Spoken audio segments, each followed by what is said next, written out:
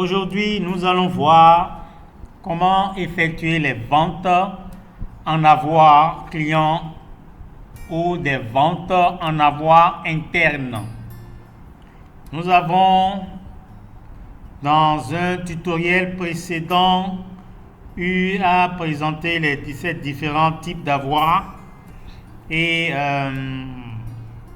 la différence qui existe entre ces deux. Alors, sans plus tarder, nous allons nous connecter sur la plateforme. Alors, une fois connecté sur la plateforme, nous irons dans le volet des ventes. Je vais essayer d'ajouter un produit.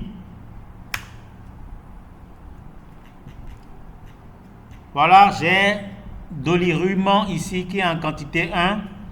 Je suppose que le client veut en acheter peut-être 3. À l'aide du panier, j'ajoute normalement le stock de 1 qui est là. Ensuite, pour pouvoir ajouter le reste de la quantité en avoir, je vais utiliser l'icône qui est comme une montre avec une pilule qui s'appelle ajouter en avoir. Je vais cliquer dessus. Une fois cliqué dessus, ça m'affiche cette petite fenêtre où j'ai à définir le nombre de quantités que je veux mettre en avoir client et le nombre de quantités que je veux mettre en avoir interne. Ce qui veut dire que sur une même vente, vous avez la possibilité de mettre des quantités en avoir client et la possibilité de mettre aussi des quantités en avoir interne. Pour une petite parenthèse, ce qui est avoir client, c'est le stock qui n'est pas encore disponible à la pharmacie, mais qu'on veut quand même servir en avoir et prendre l'argent en intégralité.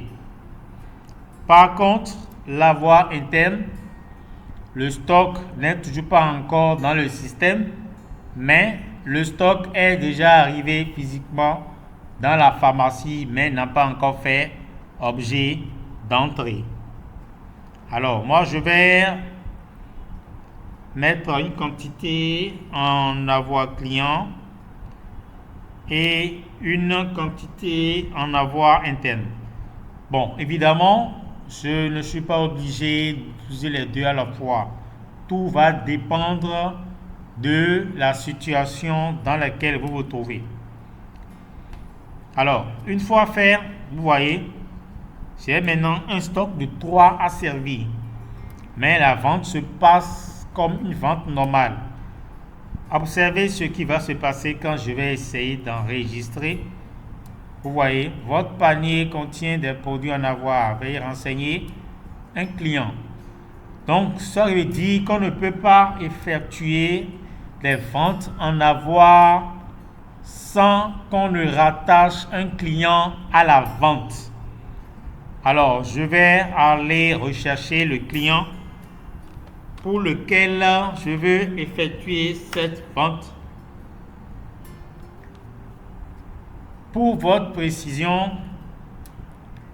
vous pouviez effectuer des ventes en avoir, que ce soit sur des ventes comptant, comme ce soit sur des ventes assurance.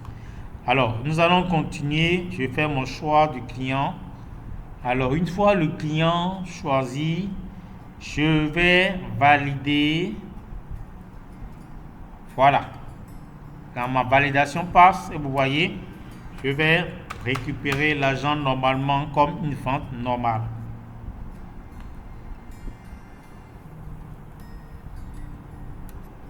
Donc voilà, je viens d'effectuer ma vente normalement et comme vous le voyez, le système me dit ici que j'ai un avoir de 1.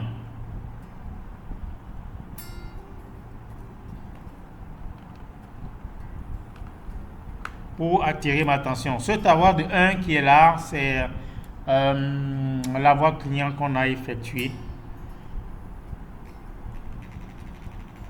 Bon, donc voilà un peu comment je peux faire la vente en avoir. Bien vrai qu'ici, on aurait dû avoir le détail de tout ce qui est en avoir, c'est-à-dire avoir interne comme avoir client. D'accord? Mais voilà la procédure quand même pour effectuer des ventes en avoir. Alors, une fois la vente effectuée, vous pourriez aller voir les points au niveau de la liste des avoirs afin de voir ce que vous venez de faire comme avoir. Vous voyez, voilà. Ici, j'ai la traçabilité de l'avoir qui se présente ici. Et j'ai les boutons, ce bouton qui permet de servir les produits lorsque les produits seront là. Vous voyez, j'ai un produit, voilà, j'ai reste à servir, j'ai un à servir. Vous voyez, j'ai un à servir parce que l'avoir de type interne est supposé être un stock qui est parti. Raison pour laquelle nous avons seulement encore un seul avoir à servir. Donc voilà, chers amis, comment on effectue les ventes en avoir dans votre système et comment vous pourrez servir le stock que le client est censé revenir prendre après. Donc voilà, j'espère que vous avez bien suivi et que vous avez compris. Pour un petit complément, lors du service, vous aurez qu'à scanner le code barre du produit que vous voulez remettre. Et lorsque vous scannez, la quantité servie va changer ici.